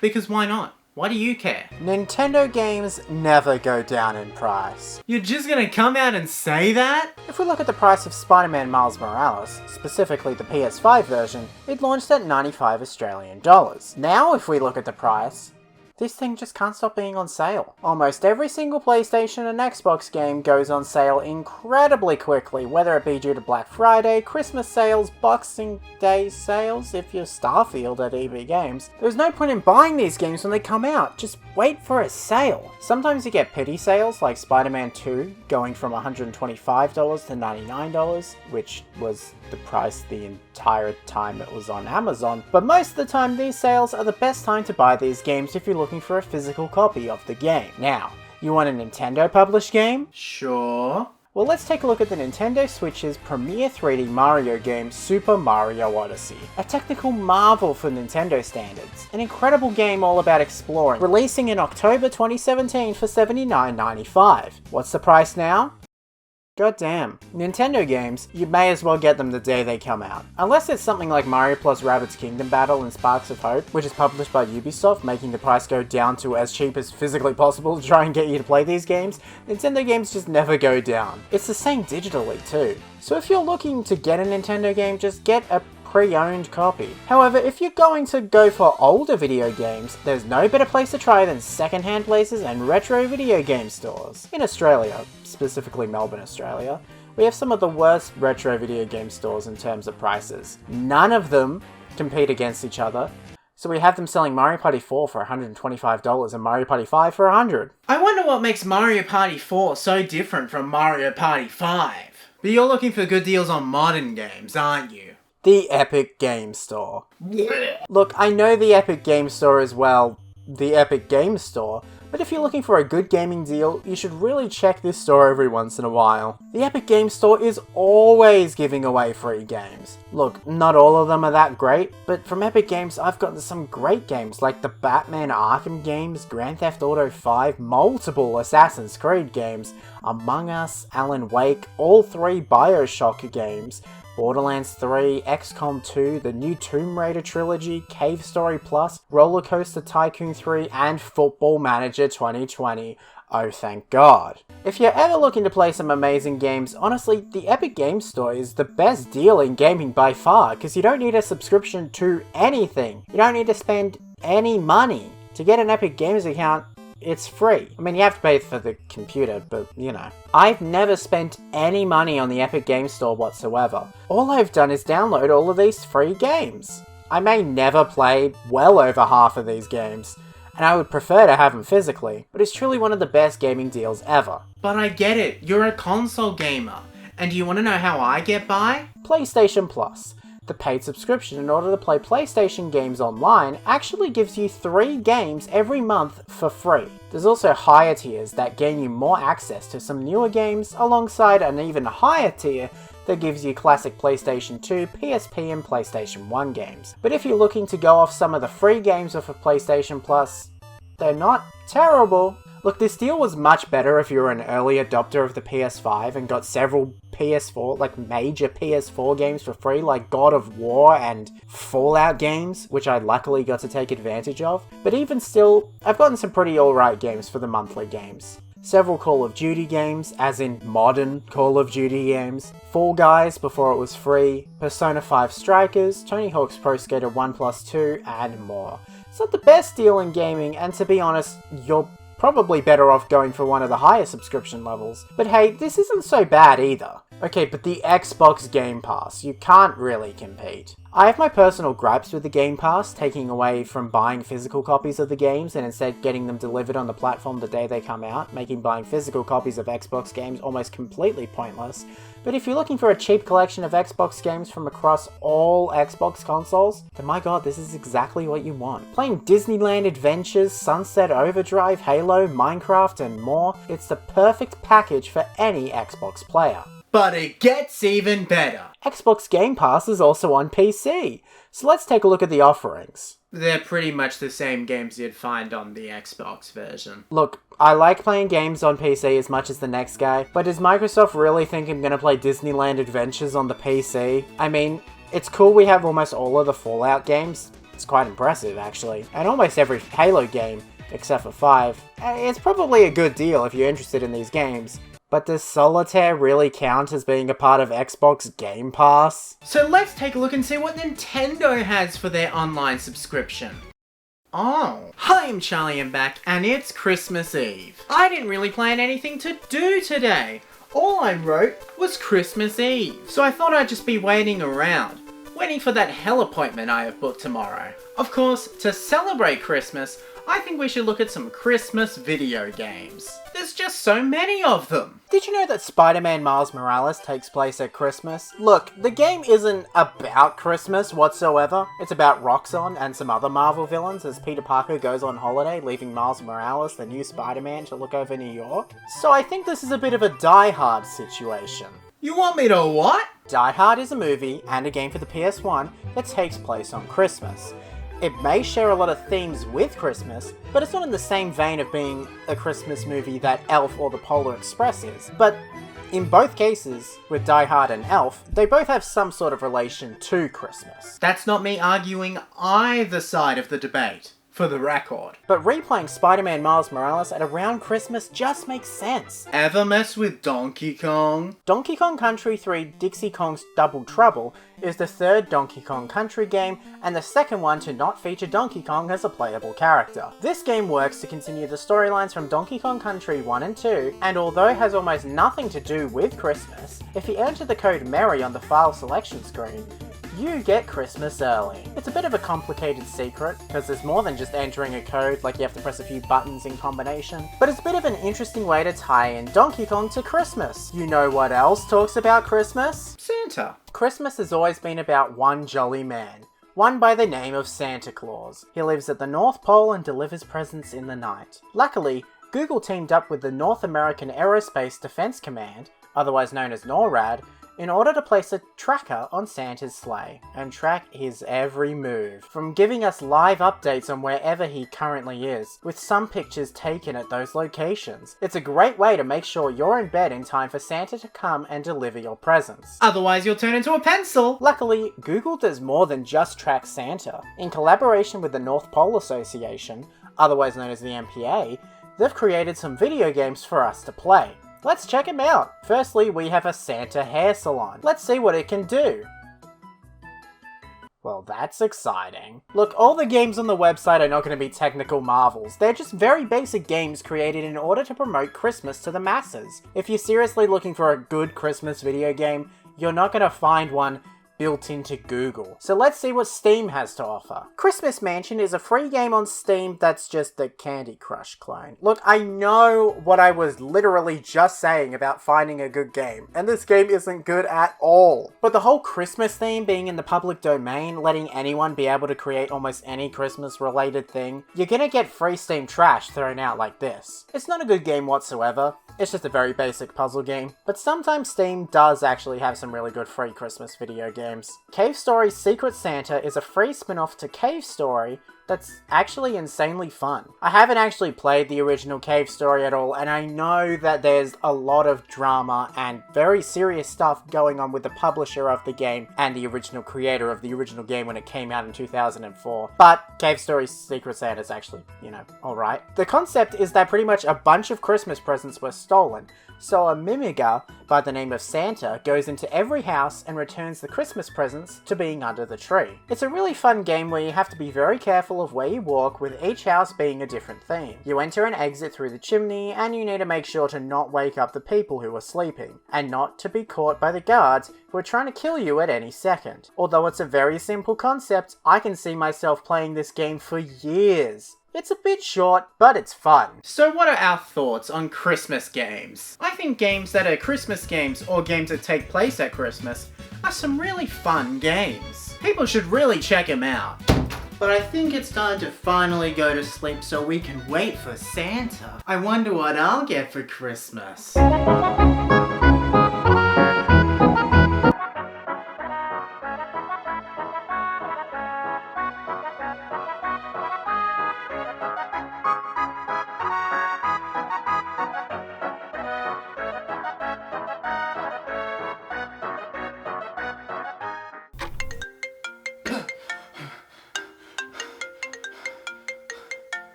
You really had to put the phone there, didn't you, Luigi? Hello? You're really calling me now? How's your snow appointment? Yeah, it doesn't snow here. You scammed me. I'm so sorry. I didn't mean to. If you just give me $200, $300 more dollars, I'll get the snow for you. I don't have that kind of money. Really? But, you can borrow money from friends and family? I guess I can. Alright. That was weird. You know, I don't think I have to borrow money. I've seen these people on YouTube create something called a Let's Play. So I think I could just do something like that and make heaps of money. Let's see what the most popular game to play is right now. Oh, you've gotta be kidding me.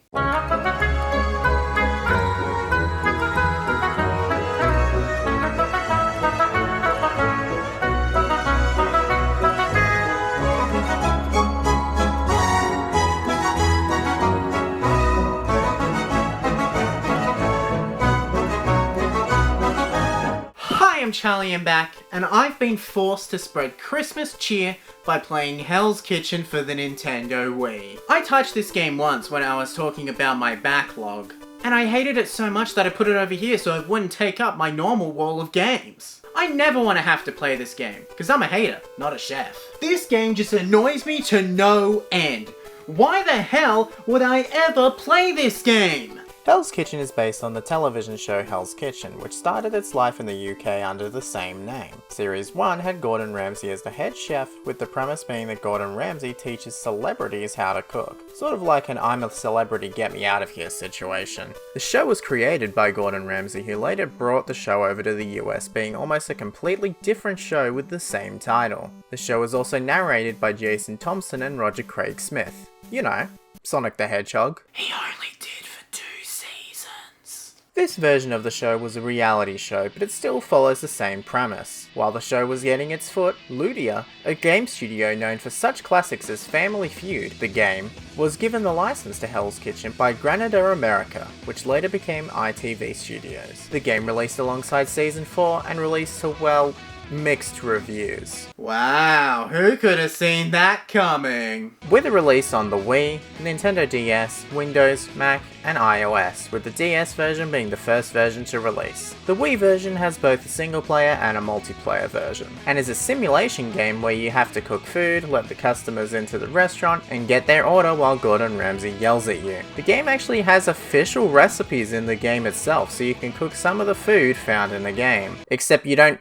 find the food in the game. I have no idea as to what the hell the food you make in the game is actually supposed to be. The animation on Gordon Ramsay actually looks alright for a Nintendo Wii game that came out in 2008, and for the game itself, Isn't that bad? I actually had a bit of fun near the beginning of the game. It's a very basic game, with it being in a 4:3 aspect ratio for some unknown reason, and you can kinda tell that this game would probably be better on PC, but it still works alright on the Wii. However, if you begin to stuff up while cooking, Gordon Ramsay yells at you.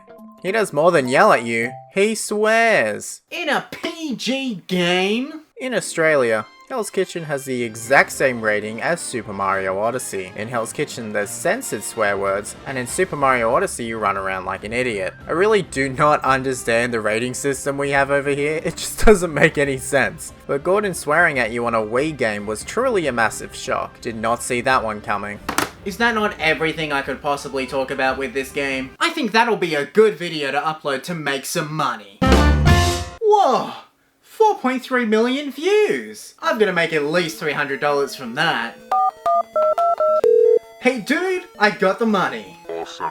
Snow should appear soon. I must ask, why would you need that much money in order for it to appear? It's how I make my money. That's how I make my money.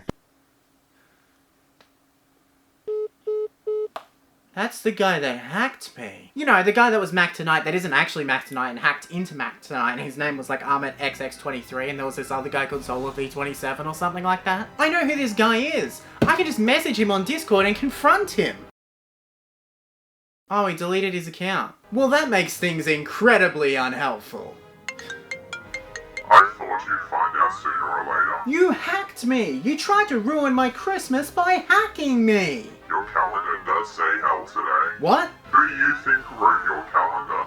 I've been planning to take your hard-earned cash behind your back while I had you stuck talking about Super Mario Brothers: The Lost Levels on Mario Kart 64. You made me talk about those games? I would have talked about those games anyway. You just made me talk about all those games at once so I get distracted. Exactly. Wait.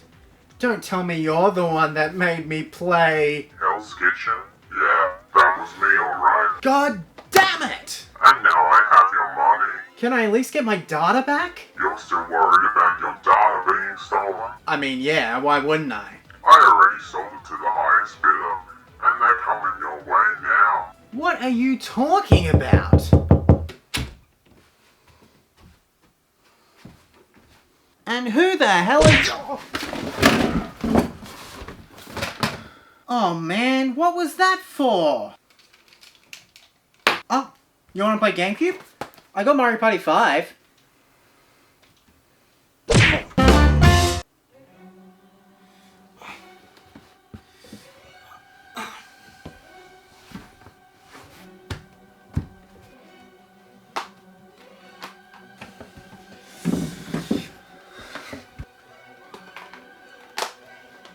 You've got 5 seconds to run. Me? It's me. John. Remember? You shot me. Who? Right before you talked about when you got hacked. What? I was busy talking about bootleg games, and then you came in and just ruined the party. Oh, right. So what are you doing here? Well, ever since you did that, I went back in time, and I messed with your life almost every single week. Every Friday except that one Sunday, I had you talking about some game, whether it be Mario Kart 64, Super Mario Brothers: The Lost Levels, whatever it was. And secretly behind your back, I was hacking you. Oh, so you're the hacker? Yep. Why would you do this? I told you. It's how I make my money. In my heart of hearts, I've got to believe you want more than just money. I want money.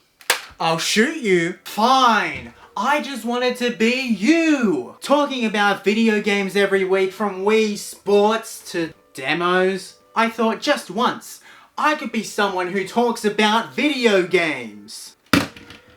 You don't need to hack me to talk about video games. Anyone can talk about video games. Just sit at some desk, put some video games behind you, and talk about video games. Or hell, do whatever you want. I can teach you if you want. You'd do that for me?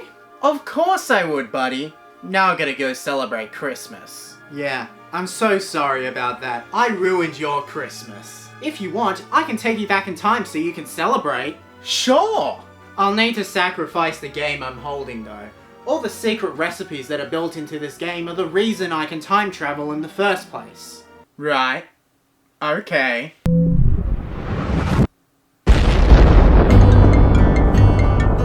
Well, I guess I'll never be able to talk about Hell's Kitchen for the Nintendo Wii ever again. I can finally spend Christmas Day with the people I love. I wonder what's in there. Great.